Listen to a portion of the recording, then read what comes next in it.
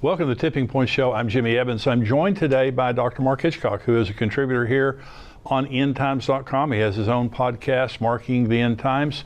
We're talking about what's happening right now in Israel, the things that are in the news right now, and where is all of this headed. We're also going to be answering questions in the subscriber-only portion. We're talking about the end times, the tribulation, Israel, all of the things, the rapture, some very important information. So we want you to stay tuned. Also, if you're watching on YouTube, subscribe. There's a subscribe button right there. Subscribe to this channel and also like this channel. When you subscribe, it just means you get everything that comes out from us. It also, when you like it, it means that other people find out about it and you're helping somebody else. Also, just want to remind you at give.endtimes.com, you can give to this ministry. If we've been a blessing to you, if we've touched you in some way and this is meaningful to you, go to give.endtimes.com. You can give a one-time gift. No gift is too small, no gift is too large. Also, you can make a recurring gift and help us build this ministry and help this message keep coming back to you and many others. And endtimes.com now, if you haven't subscribed there, go to endtimes.com and subscribe for $7 a month, because we have podcasts, we have articles, we have all types of important information on there all week long to bless you, to encourage you, and to keep you informed on what's taking place. Stay tuned for today's program. It's going to be powerful.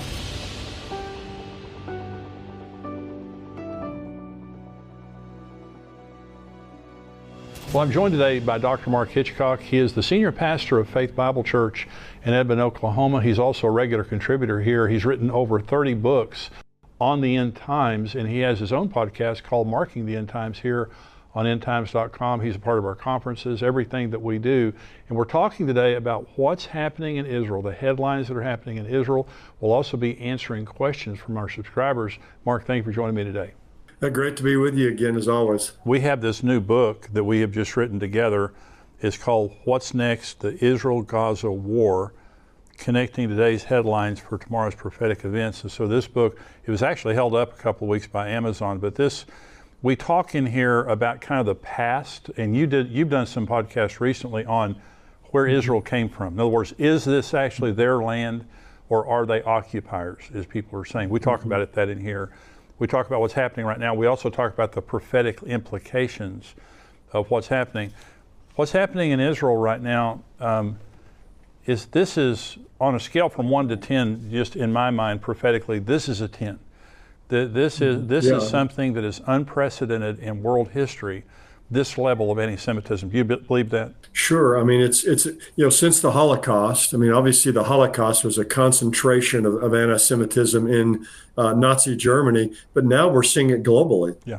I mean, that's the difference now. I mean, the world didn't really know what was going on in Germany. Finally, when these, the concentration camps were freed, people realized the horror that had been going on in Germany and also in Poland and other places. But it's global now. You have 100,000 people in Paris, 200,000 people in London. Yeah. I mean, they're just coming out and just filling the streets and just filled with venomous hatred for the Jewish people. It's something that you could never even imagine. And if it happens to any other group of people, it's immediately decried, justifiably. But when it happens to the Jewish people, it's just there's not a counterbalance or outcry against it. I know there's some things happening in our country, some pro-Israel marches that are taking place as well, but they're nothing on the scale of the pro-Palestinian, the anti-Semitic rallies that are happening all around the world. Well, the amazing thing, and I don't know why we should be amazed, but Bible prophecy says that the final scene of this age is the whole world marching against Israel. Zechariah 12, other places in the Bible where it says and they've all marched against Israel. So we see today that type of hatred toward the Jews there's already a war going on, but it could become at some point, it will become at some point, an international effort to come and take Jerusalem away from the Jews. Yeah, that's right. I mean, all of these prophecies in the end times really have to do with Israel, with the world hating Israel. you have the Ezekiel 38, 39 war where, this Russian Iranian coalition, they come into the land of Israel, they come against the Jews, God delivers them. You have the Zechariah 12.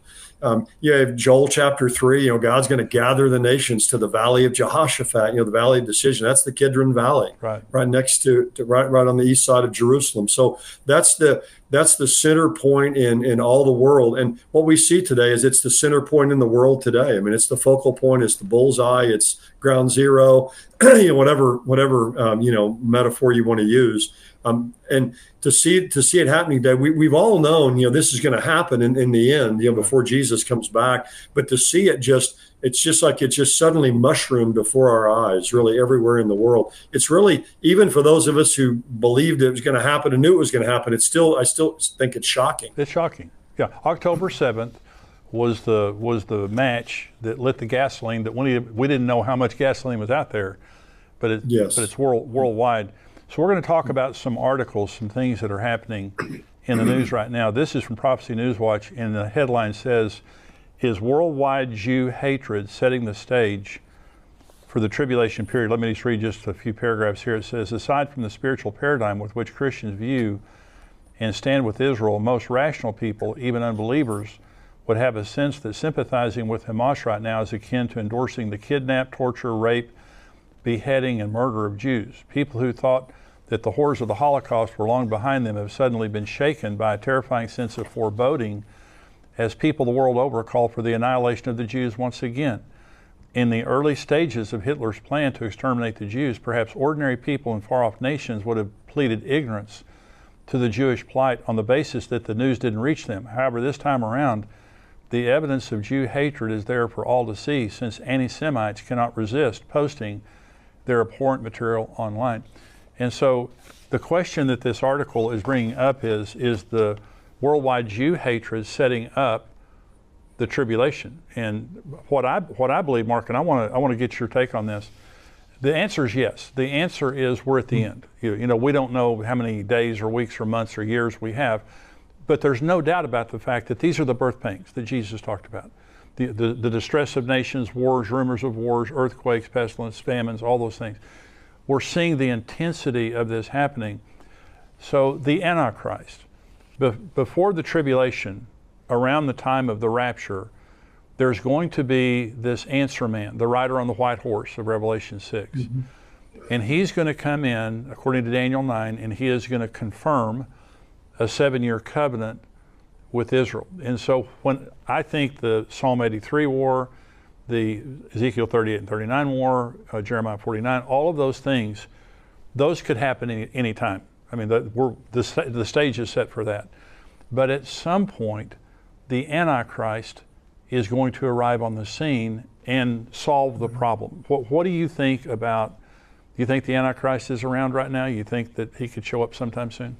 Well, yes. I mean, if the Lord's coming's in the next 30, 40, 50 years or so, he has to be alive somewhere, because he's not going to be a teenager when he takes power.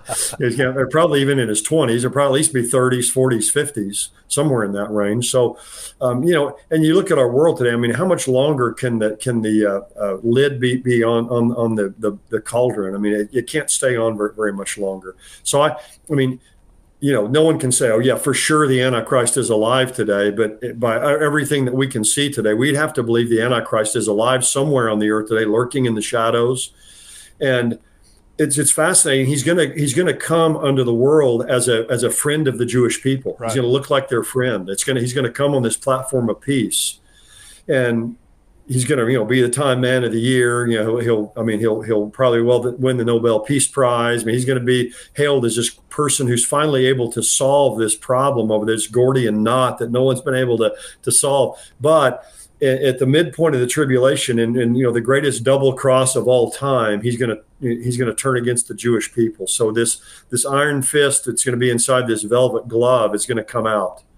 And he'll be the ultimate anti-Semite that the world has ever seen. He'll be, totally inspired and totally energized by Satan, probably indwelled by Satan. So he'll be, Hitler plus. And it's going to be the worst time for the Jewish people. What we see today, the Bible says that, 2/3 of the Jewish people are going to be cut off during the tribulation period. That's a stunning, there's almost 15 million Jews. That's 10 million. That's more than the Holocaust. Right. And people think, well, how could that ever happen again? Well, you look at our world today and just this global hatred for the Jewish people that's taken place. We can see how it will happen, and how the Antichrist, as a person coming up in this whole situation now, will lead the world in this anti-Semitism. It's interesting that, I don't know if a lot of people have read the Hamas charter, but I read it last night, the Hamas covenant. It's these 36 articles. It was written in like 1988. That is the worst thing I've ever read in my entire life. Wow. It's the most virulent anti-Semitic. It's filled with conspiracy theories. Can be no negotiation with the Jewish people. Right. I mean, it's the most categorically anti. I've read Mein Kampf. It's way worse than Mein Kampf. Wow. And by the way, recently there's an article that says that Israeli soldiers have discovered copies of Hitler's book Mein Kampf in a children's room that was used by Hamas. So they've been discovering copies of Mein Kampf there in Palestine, which again, it all comes from the same thing. It's fascinating. The Hamas was incubated back in the Muslim Brotherhood, which was founded in 1928. And one person I read this week said it arose in the same intellectual firmament as German Nazism and Italian fascism. Oh, wow. So it came about, the Muslim Brotherhood at the same time. It's kind of incubated in this same period of time in this anti-Semitism that we see in our world today that's increasing. But back then, you had anti-Semitism, kind of most of the world stood against it. And today we just see it, it's something that's hard to believe, but it's obviously a clear setup for what's coming. Yep, absolutely. Now, so this is, you're talking about anti-Semitism. Children are being indoctrinated in this, and of course we see it on the university campuses. But this is an article, Prophecy News Watch. It says, parents, do you know what your kids believe about Israel? And it says, global TikTok post for the Israel-Hamas war. So this is TikTok, and the source of this is Axios. Stand with Palestine has 210,000 posts. Stand with Israel has 17,000 posts. And it says here, according to a Harvard-Harris poll, 51% of Americans aged 18 to 24 believe Hamas was justified in its brutal terrorist attack on innocent Israeli citizens on October 7th. What about those under the age of 18? What do they think about Israel? A recent article in the Jerusalem Post explained that around 6 individuals, some associated with Hamas and collectively boasting more than 100 million social media followers, have been waging a propaganda campaign against Israel on various social media platforms since the start of the Swords of Iron War of October 7th. And it goes on here to talk about TikTok and how TikTok is influencing young people, but the majority of young people today side with Hamas and believe that their attack was justified. That's very troubling. Well, it is, but I think all of that comes from this whole paradigm that people are being taught today. Young people are being taught against, the oppressed and the oppressor. And if you can convince somebody that someone is an oppressor, then everything they do is bad. And if someone's oppressed, then everything they do is good. And so the whole world has been kind of framed in this light.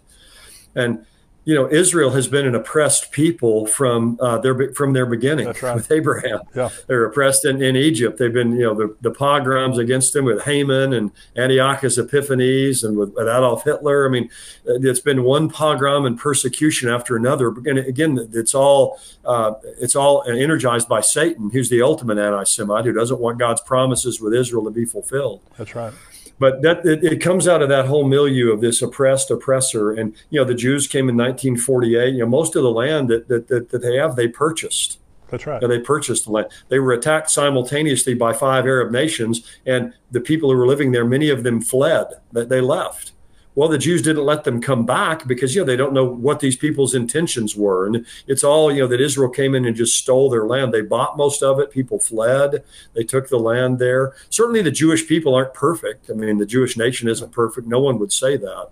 But it's all coming from these young people today, from their mindset of this oppressor viewpoint. And so they're going to immediately, jump to the conclusion to be on the side. But to be on Hamas side, but to say that the attack that happened on October 7th was justified, that's a level of brutality and acceptance of that, and really glorifying that I don't think we've ever seen before. And that's troubling because that's this younger generation. Yeah, the Secretary General of the United Nations, Guterres, came out 2 weeks ago and said that it was justified. He said that because of the oppression of Israel, that it was no wonder that Hamas acted the way that they did against their oppression. So again, this is the young people.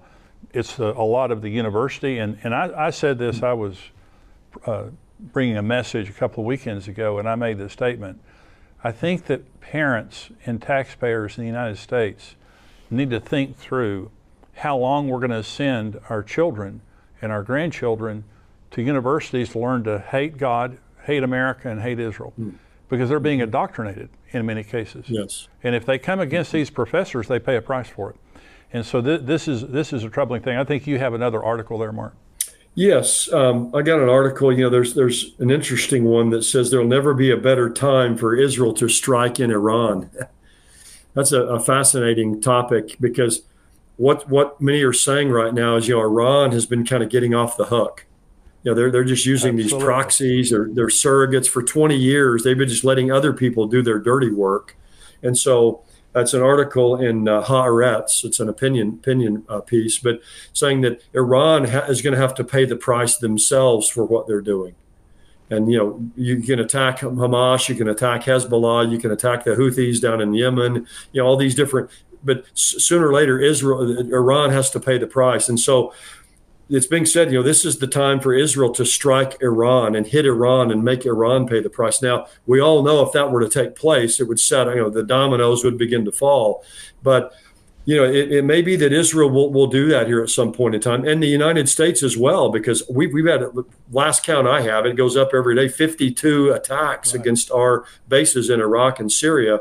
And eventually we're going to have to go and hit the source of this, not these pinprick attacks from these small proxy groups that are there. So, if that takes place, that can also be a major lighting of the fuse for the God war. If Israel or the United States or both do something directly against Iran, that would be a major escalation of this. But here again, we have this article. This is the best time for Israel right now to do this, to while they're at it, to just kind of go ahead and eliminate these enemies. Hamas, Hezbollah would be next, and even take action against Iran. So that's very possible that could happen, I think, in the not too distant future. Well, the United States has massive military assets in the Persian Gulf, in the Mediterranean.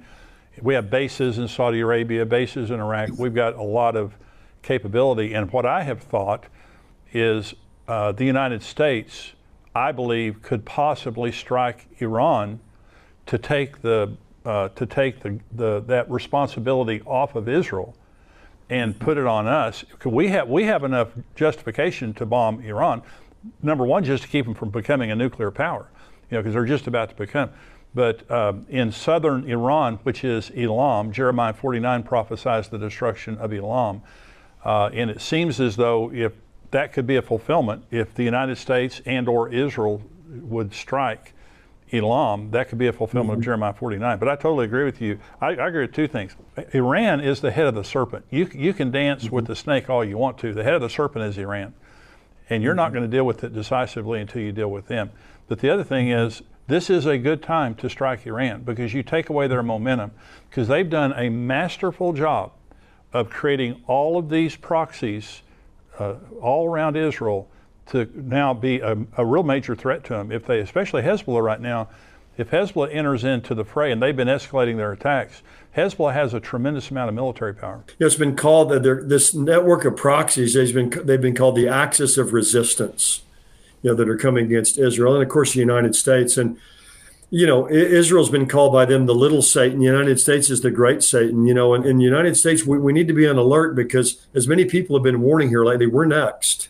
Right. They want to get Israel, but we're next. I mean, we're the great Satan that has to be eliminated. What's fascinating to me is Joel Rosenberg. Some years ago, I heard him make a statement. I've never forgotten it. He referred to Iran, the mullah leadership there, not all the people of Iran, but their mullah regime that runs the country, as an apocalyptic genocidal death cult. Wow.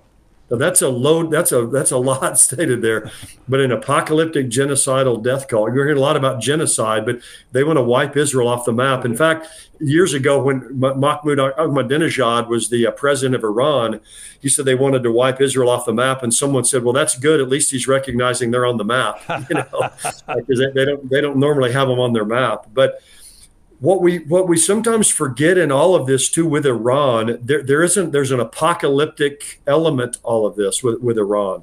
Iran, they're 12er Shiites. They believe that their Mahdi will return someday in a time of great chaos and warfare. But they believe that Jerusalem has to be taken, and that Israel has to be eliminated before their Mahdi can return. So there's an entire apocalyptic element to all of this that I think many people in the West who just see this as a kind of a political or a military war don't see this element to that, and they believe that they can hasten and accelerate the coming of their Mahdi by destroying Israel and capturing Jerusalem. So that whole idea of it's a genocidal death cult, but this apocalyptic element's there, and it's throughout all of Iran's actions. And I think we need to take that into account. This is part of their setup for their view of the end times, which they believe they can bring to pass. Yeah, they are motivated by something greater than a military problem or a political problem.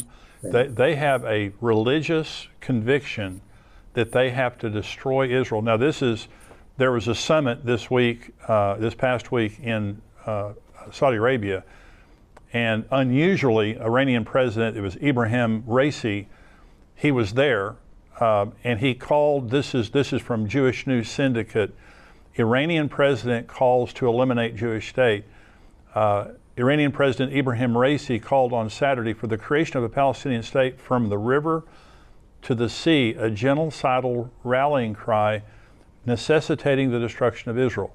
The Jewish state is bordered by the Jordan River on the east and the Mediterranean Sea to the west. Raisi made the threat in Saudi Arabia at a summit of Arab and Muslim leaders on Israel's war against the Hamas terror group. And this is quoting him now. The only solution for this conflict is the resistance continuing against the Israeli oppression until the establishment of a Palestinian state from the river to the sea. Raisi also called for the West to sanction and boycott the Jewish state for charges to be leveled against Israel and the United States at the International Criminal Court and for inspections of the Jewish state's nuclear facilities. So this is, he wants Israel to, he's just coming out openly and saying it. And again, Mark, this is the power behind all the proxies that are causing the immediate problems for Israel. They want Israel destroyed. And so this is in the headlines.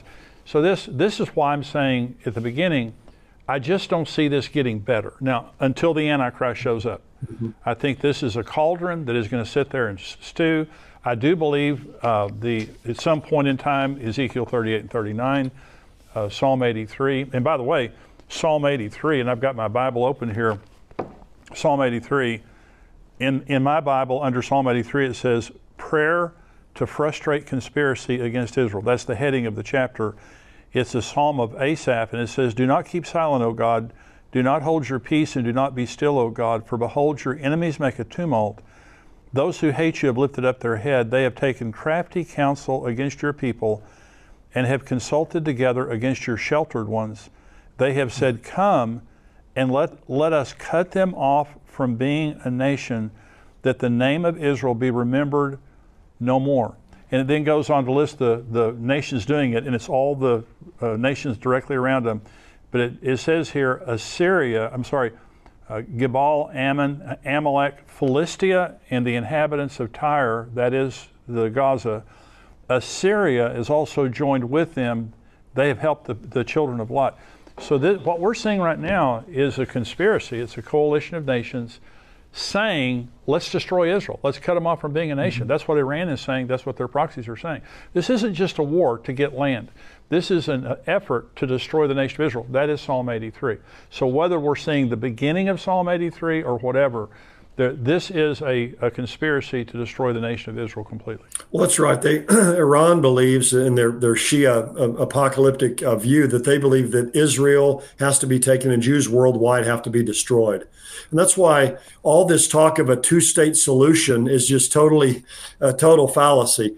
They want to go back to 1967 borders for a two-state solution. Well, what happened in 1967? Israel was constantly being attacked. That's so that's just a total smoke screen, to have this two states. So they don't want to, as you just read in that article, that the president of Iran, the Ayatollah there, they don't want a two-state solution. That's right. It's from the river to the sea. That's right. They want Israel eliminated. All the two-state solution is, the so-called two-state solution people talk about, is just a step, one more step to wiping out the Jewish people. And if the Jewish people give up the Golan Heights, if those who've been to Israel, they're finished. Yeah. So that's the goal. It's the total eradication of Israel, and that's what the Bible says. That's where the Bible says everything is headed, and the Antichrist will be Satan's final instrument to try to bring that to pass. But the good news is that ultimately God will deliver his people. They will be preserved, and God will fulfill his covenant with Abraham, Isaac, and Jacob, and with his descendants. And so that's the good news. God's ultimately going to prevail in this, but it's going to be there's a lot of terrible things that are going to happen before we get to that point where God delivers Israel. So Israel is in a major ground operation right now in Gaza. I think they've had 4,300 strikes in Gaza so far militarily, killed a lot of the terrorists. The Prime Minister Netanyahu has stated openly that when this is over, they're not giving control of this back to obviously Hamas or the Palestinian Authority, that Israel will occupy Gaza. I don't know if it's indefinitely, but this adds another dimension to the problem already. A two-state solution says that East Jerusalem, the West Bank, possibly the Golan Heights goes back to Syria. But a two-state solution just means they had already given up the Gaza. Now they're taking it back, is what Netanyahu is saying.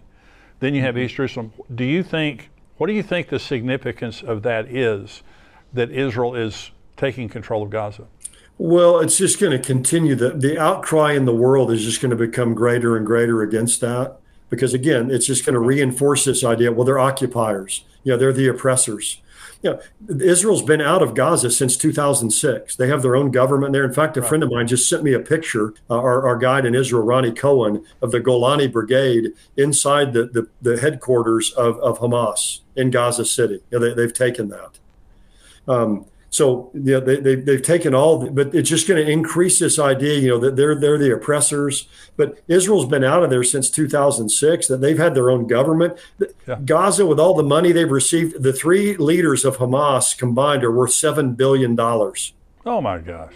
Yeah, the main two leaders are each worth $3 billion. The third in command is worth $2 billion. So the commanders of Hamas, the three leaders, are worth $7 billion. Where's all this money that's been going in there? Where's it been going to line their pockets? Gaza should be a resort. It ought to be like Qatar. It ought to be like these beautiful places in the Middle East. All the money that's flowing in there, they can do whatever they want there. But they have a venomous, satanically energized hatred for Israel that blinds them to everything else. But that's the problem when Israel, if Israel stays there and, occupies that area for some period of time, it's just going to reinforce this idea that Israel are occupiers, and it's just going to ratchet up even more the anti-Semitism in our world today, tragically. But they have to do that to protect themselves. Yeah. Well, this is a no-win situation for Israel. It's a no-win. There's nothing they can do right in this situation. We're going to go to the subscriber-only portion of the program right now, but before we do that, let me tell you, Mark and I have our new book, What's Next? The Israel-Gaza War, connecting today's headlines to tomorrow's prophetic events. It's talking about what's happening right now in Israel, in the Middle East, and the prophetic implications. If you don't have a copy of this, go to Amazon.com and you can get a copy of this book right now. Let me also say, if this program has been a blessing to you, maybe even if you're a subscriber, I want you to give. I want you to consider helping us out financially. We're expanding as a ministry. We're trying to add new features and new people on the site. And so you can go to give.endtimes.com. You can give any size gift. No gift is too small. No gift is too large. And also you can give a recurring gift. If you want to give every month or every quarter, whatever, you can make your gift a recurring gift. So go there right now if you haven't already. If you're not a subscriber, go to endtimes.com, $7 a month. We would love to have you become a subscriber so you can get everything we have, the full show, all of our podcasts, all of our articles, endtimes.com. If you are a subscriber, stay tuned. We're going to answer questions.